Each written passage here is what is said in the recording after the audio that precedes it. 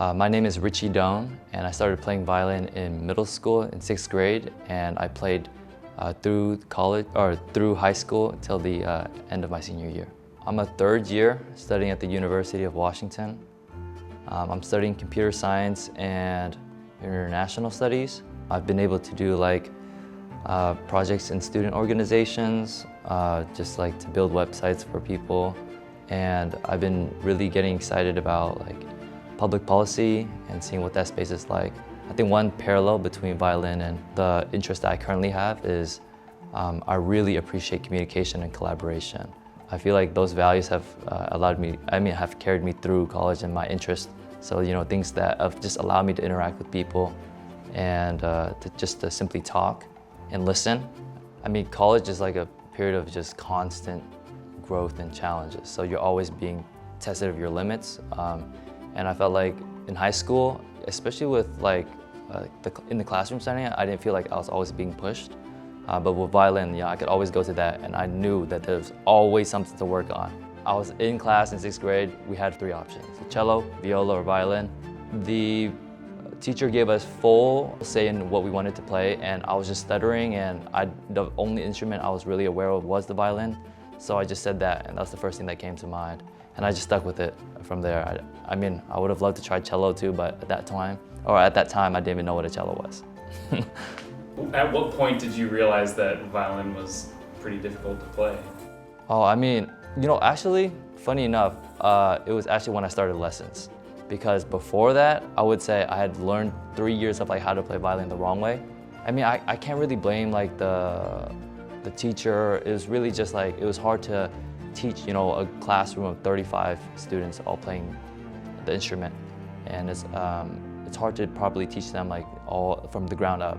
I thought I had a good handle on the violin, 6th to 8th grade, but it turns out the methodology was far from correct. And that was made abundantly clear my first year with Dr. Morris. But from there, my appreciation for the difficulty that it takes and the time commitment that it takes to play violin only went up. I was really introverted, and that certainly expressed in the earlier moments when I was put in front of a camera and I had to answer questions, and I really didn't know how to portray myself in that context. But Kitty Change helped me in that aspect. But also I learned that a lot of the stuff that I'm doing currently is also very long-term. It takes a while, and you can only approach at it in increments every day. It helped me learn to appreciate the process, to be patient. So I think all of those skills that I've learned through the violin has carried with me through college and all the projects that I've been doing. I was in a group lesson, so there's maybe 2 to 3 or 4 of us at most. But we were really tight. We kind of bonded over all our struggles, all the anxiety, waiting for the next person to play, ready to get critiqued in master classes. But yeah, that was interesting too, because at the time I didn't really have friendships from different schools, and so this gave me some early exposure to what it's like to be able to create friends in a community from something in a context that's not immediately within reach. I guess my advice would be don't beat yourself up too much during the practice process.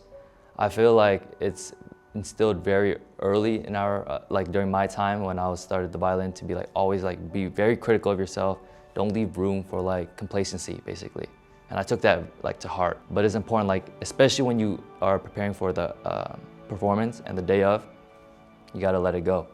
And you just have to celebrate how much work you've done before.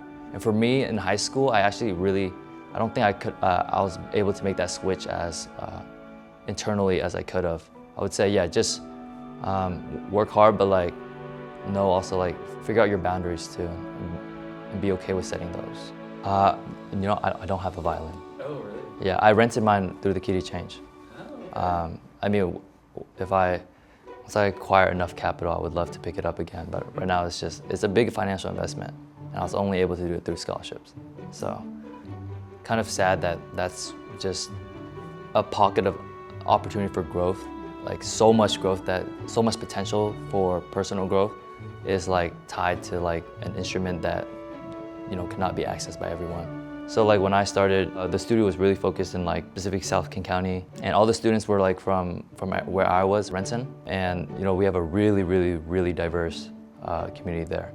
Students from all different backgrounds were able to come together and enjoy this discipline. Keep being yourself and allow that to show through your playing of the instrument. That's scary because you're basically putting yourself out there to be judged and criticized, but I think that's a really effective way in terms of learning where you currently are, what's working and what's not working, and see yourself grow in that regard. Don't be afraid to be yourself. Don't be afraid to add your personality to the music, and it only makes that process more enjoyable. You don't want to just be playing notes on a page. You want to tell a story. You want to be able to convey a message or something of the sort. Being yourself and being comfortable with yourself makes that process a whole lot easier. Don't be afraid to push yourself. That was really the biggest obstacle that I always faced. Dr. Morris had always challenged me to imagine something more creative, imagine something more vibrant. And so that exercise of imagine yourself in a place where you want to be. Hard and trying times up ahead in the studio, for sure. But it's a good type of challenge. Yeah, it's very hard. And there were many times where I went to lessons very nervous for what was to come. But it teaches you how to handle that, because that's just the reality. If you want to get to a better place, or when you want to keep pushing yourself, it's gonna be uncomfortable. So that gave me my first initial exposure to that and how to push myself. I would love to see Key to Change alumni just all over the country, all in various institutions, just to show the breadth and the just the diversity of growth that you're able to have here in this space. I would love to see that and be able to connect with those people too.